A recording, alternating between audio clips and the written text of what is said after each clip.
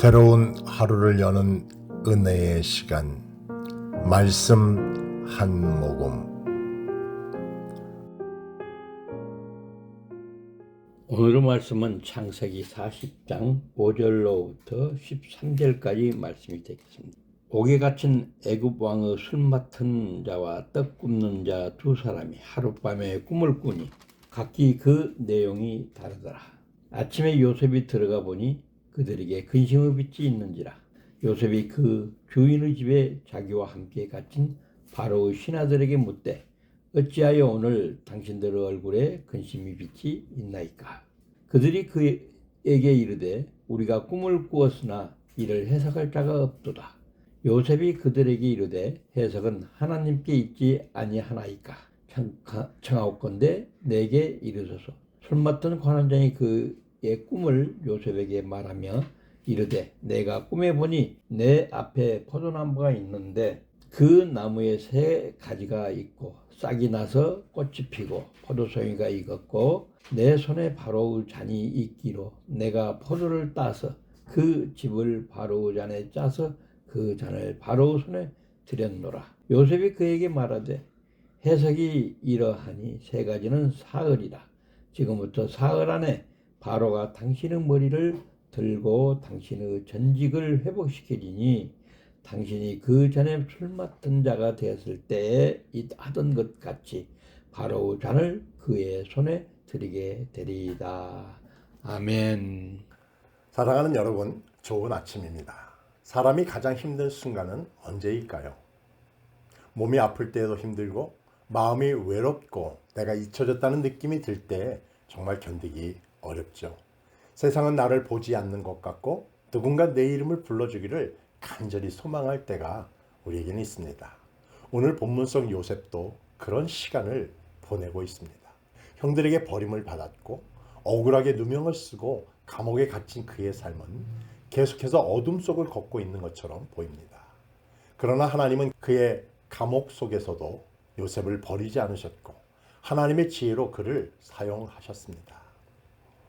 오늘 본문은 요셉이 감옥에서 술 맡은 관원장과 떡 굽는 관원장의 꿈을 해석하는 장면입니다.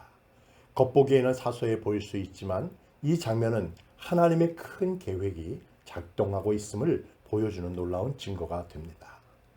감옥에서도 멈추지 않는 하나님의 섭리. 요셉은 감옥 안에서 두 사람을 만나죠. 바로 술 맡은 관원장과 떡 굽는 관원장이었습니다.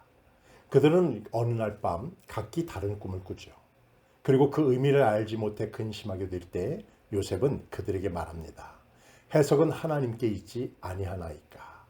여기에서 중요한 단어는 해석입니다. 히브리어로는 파타르라고 합니다.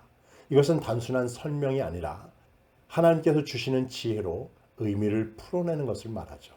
요셉은 이 해석의 주체가 자신이 아니라 하나님이심을 분명하게 하고 있습니다.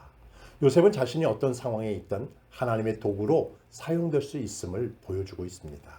감옥이라는 현실이 하나님의 일을 막을 수는 없었습니다. 오늘 우리는 이 말씀을 통해 어떤 상황 속에서도 하나님의 섭리는 멈추지 않는다는 것을 기억해야만 합니다. 하나님의 지혜를 따라 충성되게 살아간 요셉. 요셉은 술 맡은 관원장의 꿈이 3일 안에 회복될 것임을, 떡 굽는 관원장의 꿈은 3일 안에 죽게 될 것임을 해석해 줍니다. 그리고 술 맡은 관원장에게 이 한 가지를 부탁합니다. 당신이 잘 되거든 나를 생각하고 내게 은혜를 베풀어 내 사정을 바로에게 말하여 이 집에서 나를 건져 주소서. 하지만 안타깝게도 그는 요셉을 잃어버리고 말입니다. 그럼에도 요셉은 원망하지 않고 그 자리에 머물며 또 다른 하나님의 때를 기다리게 됩니다. 여기서 우리는 요셉의 태도에서 중요한 교훈 하나를 배웁니다. 그는 하나님의 지혜를 따라 충성되게 살았습니다. 자신의 억울함에 집중하지 않았고 지금 이 자리에서 할 수 있는 일을 최선을 다해 감당하고 있었습니다. 우리도 마찬가지입니다.